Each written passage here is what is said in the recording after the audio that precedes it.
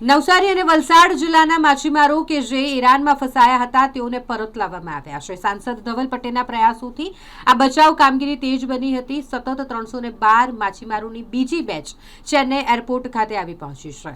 Iran, Israel, America વચ્ચે તણાવભરી પરિસ્થિતિને જેના કારણે દક્ષિણ ગુજરાતના માછીમારો કે જે ઈરાનમાં ફસાયા હતા, જેમાં નવસારી અને વલસાડના માછીમારો જે ઈરાનમાં ફસાયા હોય તેઓને પરત લાવવામાં આવ્યા છે, જેમાં સાંસદ ધવલ પટેલના પ્રયાસો ખૂબ જ કારગર સાબિત થયા। સાંસદ ધવલ પટેલ દ્વારા આ મામલે મુખ્યમંત્રી ભૂપેન્દ્ર પટેલ, નાયબ મુખ્યમંત્રી હર્ષ સંઘવીને વાત કરવામાં આવી હતી અને ત્યાંથી વાત પ્રધાનમંત્રી અને વિદેશ મંત્રી સુધી પહોંચાડવામાં આવી।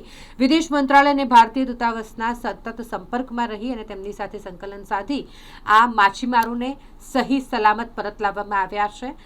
લગભગ કુલ 345 ભારતીય માછીમારો સુરક્ષિત રીતે ભારત પરત આવ્યા છે।